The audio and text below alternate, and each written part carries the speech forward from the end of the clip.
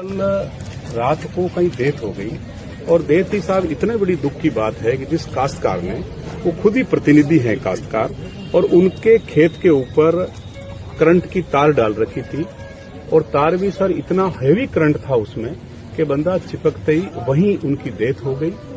सुबह जब परिजनों को पता चला, परिजन भी मौके पर पहुंचे, पुलिस के लोग भी वहां मौके पर पहुंचे और उस बॉडी को यहाँ पोस्टमार्टम के लिए अपने मोर्चरी में लाया गया है।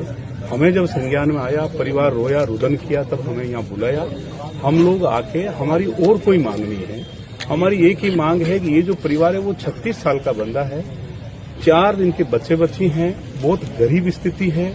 हमारी एक मांग है कि इनको उचित एक मुआवजा मिला जाए और इनकी जो पत्नी है, जो उनके सिर से उनका जो आज देखना चाहिए वो सारा उनका आज दुनिया पूरी खत्म हो गई है उनकी, तो हम चाहते हैं कि इनको संविदा करने के टाइम पे भी इनको एक नौकरी दी जाए और इनको करीब 50 लाख का इनको मुआवजा दिला जाए, जिसमें इन 4 बच्चों का पालन पोषण और भरण पोषण हो सके।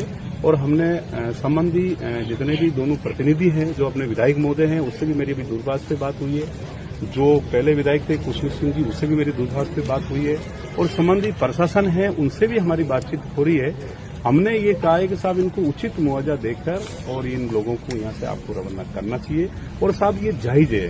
पहले बात तो जिस कुएं के ऊपर हम पता है कि यहाँ हमारे अधिकतर कास्ट का काम होता है, छोटे मोटे तार डालते हैं, हम उनके लिए वो बात नहीं कर रहे, पर सर इतना हेवी तार डाल के किसी एक इंसान की जान चली जाना, एक तरह से अवैध तरीके से वो लाइट डाल रखी थी है। प्रशासन ने क्या आश्वासन दिया? नहीं, प्रशासन की तरफ से तो सर अभी तक तो ऐसी कोई बात नहीं हुई है। हमारे कुछ समाज के 2 प्रतिनिधियों को बुलवाया है और उन्होंने बैठकर बात जरूर हुई है और उन्होंने ये कहा है कि आपके पास 2 घंटे का टाइम है, 2 घंटे में आप कुछ चीज फाइनल कर लो तो ठीक है, नहीं तो नहीं है। तो हमने भी ये कहा कि सर 2 घंटे की बात नहीं, हम तो 5 मिनट में उठने के लिए तैयार हैं।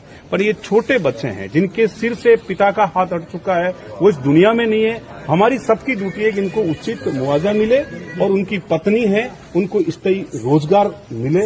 ये हमारी एक छोटी सी हमारी मांग है। प्रशासन की तरफ से अभी ना तो कोई हमारे बीच में एसडीएम साहब आए हैं, ना हमारे बीच में कोई तहसीलदार जी आए हैं और संबंधी जो यहाँ के मारवाड़ जंक्शन के जो पुलिस आला अफसर जो हैं, अब पुलिस वालों की जो साहब ड्यूटी होती है, ये लोग तो बिल्कुल पुलिस। अगला कदम क्या होगा आपका? अगला कदम तो सर यही है कि अब हम यही रणनीति कर रहे हैं कि जब प्रशासन हमारी बात को माने और अन्यथा नहीं माने तो राज्य भर से डीएनटी जातियों के लोग हैं।